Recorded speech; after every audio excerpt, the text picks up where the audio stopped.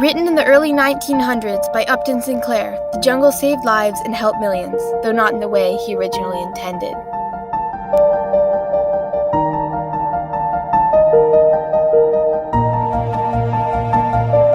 From the late 1800s to the early 1900s, the meatpacking industry took advantage of rapid industrialization and expanded swiftly.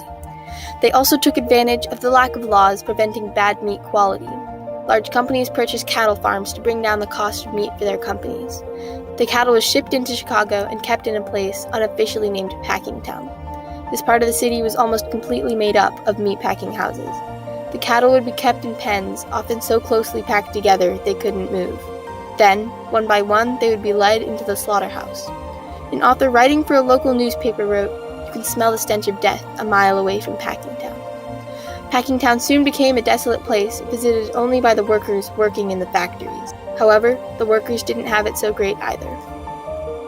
The workers risked their lives daily, working with deadly machines, sharp blades, and knives, which were constantly chopping and often severed a finger or hand.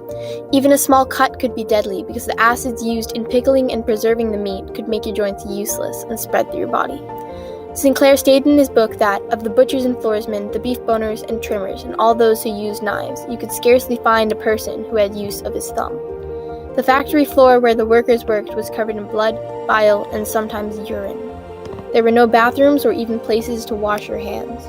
The workers were often exposed to deadly chemicals, which gave them diseases and deficiencies. There was no ventilation, and the air was thick with the scent of rotting flesh. It was often very dim in these places and sometimes hard for the workers to see the task at hand. And, after all this, they were paid around 5 cents an hour. The meat itself was another tragedy. Sinclair included many descriptions of the disgusting products and practices in his novel. He stated that there would be meat that had tumbled out on the floor in the dirt and the sawdust where the workers had trampled and spit, and thousands of rats would race about upon it. It was too dark in these storage places to see well, but a man could run his hand over these piles of meat and sweep off handfuls of dried dung of rats. These rats were nuisances, and the packers would put out poisoned bread for them, and then the rats, bread, and meat would go into the hoppers together. The meat would be shoveled into carts, and the man who did the shoveling would not trouble to lift out a rat, even if he saw one. The visuals Sinclair creates with his words were what inspired the public's disgust. He also stated that water from leaky roofs, waste from factories, and scraps of other meat products would be mixed in with the fresh meat and sent out into the public's breakfast. Upton Sinclair had grown up in a poor household, but he had very rich grandparents, exposing him to extremes on both ends of the pay scale. This might have led him later in life to be a socialist, and his socialist values led him to be an advocate for workers' rights and free speech. He wrote 4 books before The Jungle, all of which were well liked by critics but not by the public. Eventually, Sinclair was hired by Appeal to Reason, a left-wing newspaper. In 1905, they sent Sinclair undercover in the Chicago stockyards, in which he investigated for 7 weeks. This resulted in him writing The Jungle, which was published in 1906 by Haldeman Julius Coe, a socialist reforming company. It was an instant bestseller and was translated into 17 languages and sold internationally. Sinclair had written the novel to inform the public of the horrible working conditions for employees and call them to action to make changes. Instead, Americans went into a panic about the quality of the ingredients of the meat they were eating. Sinclair commented at the time that, "I aimed at the public's heart, and by accident I hit it in the stomach." He didn't really intend to write an expose of the meatpacking industry. He only has about 30 pages of that long novel, maybe 300 pages, that are devoted to those famous and disgusting pictures of rats running over the meat, and worse. The White House was criticized by the fact that the only existing inspection law was that the animal must be in good health at the time of the slaughter. However, Roosevelt sided with large corporations. He said that the corporations are here to stay. The people were displeased and they called for action. A lot of readers around the country sent letters to Roosevelt, estimated at about 100 a day. According to Sinclair, asking him why he wasn't paying attention to the conditions that Sinclair had described in this novel. Eventually, the president sent in a special commission to investigate.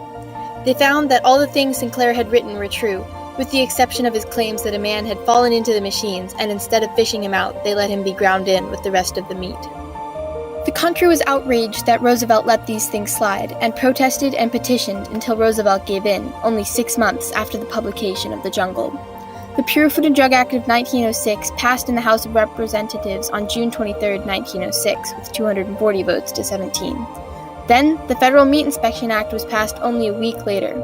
Together, these established that corporations must be humane in the slaughter of animals and also must be inspected by the Food and Drug Administration, which was another result of these acts.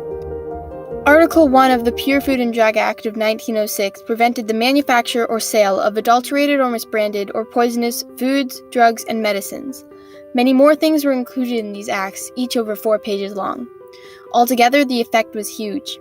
Even though it wasn't the effect Sinclair had planned, the act still indirectly affected the workers, making facilities cleaner, better kept, less dim, and more sanitized. Several thousands of Americans were saved from diseases caused by bacteria in meat. Lastly, the passage of these laws led to more laws passed and the eventual recognition of workers' rights. The jungle's effect has lasted through today, embodied in the FDA and the 2 acts. However, working in the meatpacking industry is still a dangerous job. In 2005, there was an average of 12.6 injuries or illnesses for every 100 meatpacking employees, twice as many as any other industry. The Human Rights Watch published a report that stated the working conditions in the meatpacking factories violated basic worker and human rights. The workers in the meatpacking industry are paid $11.47 an hour, 30% less than other manufacturing jobs in the U.S. Meatpacking is still one of the dirtiest and most dangerous jobs, and while it cannot be denied that the acts did help improve the conditions, there is still action that can be taken to improve it further. Upton Sinclair's The Jungle displays triumph and tragedy in more than several ways. The poor quality of the meat and the working condition are perhaps the most obvious tragedy, but the public's reaction could be considered one as well. Most people only cared about the meat and ignored the workers' rights. The triumph, though accidental, was still a victory for America. The passage of laws like the Pure Food and Drug Act and the Meat Inspection Act and the creation of the Federal Food and Drug Administration bettered the food and drug industry for consumers as well as workers. The acts are still in use to this day and help keep all food we eat safe. The FDA employs over 15,000 workers working to keep our country's meat at a high standard. Sinclair's masterpiece inspired Americans and made huge progress for the nation, and his impact would last for centuries.